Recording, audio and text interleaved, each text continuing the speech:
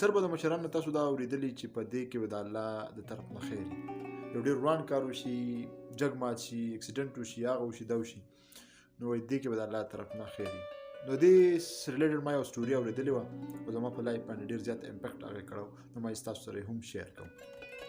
وایي چې یو باچا و، هغه به د خپل وزیر سره تلو ښکار له. نو په ښکار په دوران کې به ځنګل کې ورځ د هغه ګوته ولګېده او هغه معذوره شو، هغه کټ شو.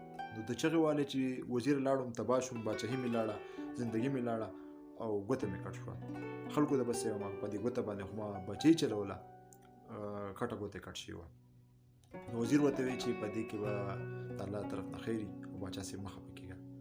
نو هغه غوسه و، خفه و چې دا خبره وکړو نو دا خو ته زما توهین کې، زما تکلیف ته وګوره، ته چې په دې کې به د الله طرف نه خیر. نو نورو نوکرانو ته وایي چې دا کس جیل ته واچوئ، دا د وزیرتوب قابل نه دی. هغه جیل ته واچو. څو ورځې پس باچا ټیک شو، برابر شو لږ ډېر، بیا ښکار ته راغی. وزیر ورسره دا ځل نه و. چې کله مخکې ته لاړو نو د نور مزدوران نه ډېر مخکې ته لاړ شو، په دې کې ورک شو، په ځنګلیانو پېښ شو. ځنګلیانو راونیو، خوشحاله شو، ته ګډېدو را ګډېدو.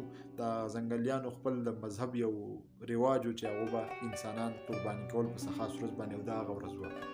نو دی راونیو، دلته خوشحاله و، دلته ګډېدو را ګډېدو، ورونه بل شي وو.